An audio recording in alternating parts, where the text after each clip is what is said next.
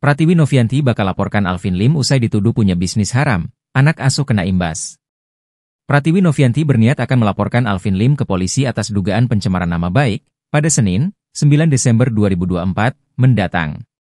Sebelumnya, Alvin Lim menyebut Pratiwi Novianti mendirikan Yayasan Rumah Peduli Kemanusiaan dari penghasilan bisnis haram.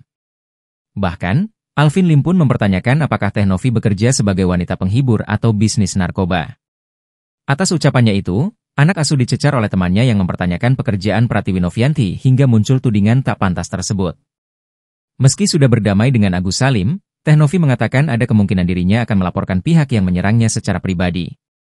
Terbaru, Hotman Paris memberikan dukungan kepada Pratiwi Novianti untuk melaporkan pengacara tersebut atas tuduhan pencemaran nama baik.